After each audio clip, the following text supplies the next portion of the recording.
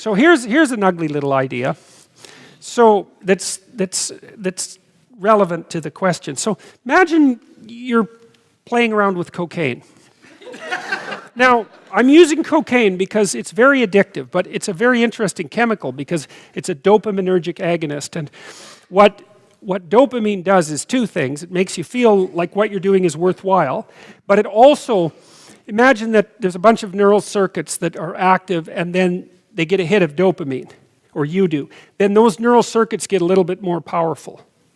Okay, so it has a rewarding property, which is that it makes you feel like what you're doing is important, and it has a reinforcing property, which is it makes neural circuits grow. So now what that means is that whatever you were doing just before you took cocaine grows. Okay, so now imagine there's a bunch of different things that you do just before you take cocaine, but there's a string of decisions, and at one decision point is the same for all of those different occurrences. And that decision point is, because you know you're in trouble, and that decision point is, well, to hell with it. Okay, so then you think that each of the 200 times that you take cocaine, even though you do it in different places, but that one thought is there all the time, and that thing grows because you're reinforcing it, and it grows and it grows and it grows. And so now that's in you, that's part of you, and it's the thing that says to hell with it.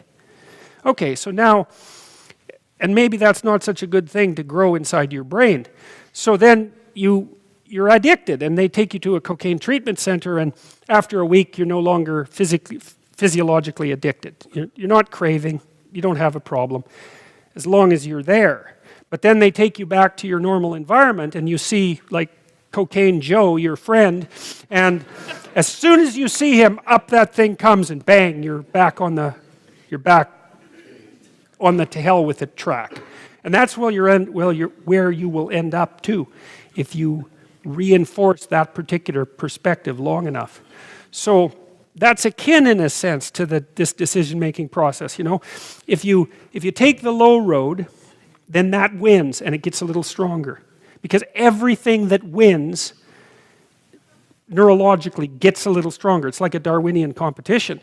So one rule is don't practice what you don't want to become, because you really do become that. It builds itself right into your neural architecture.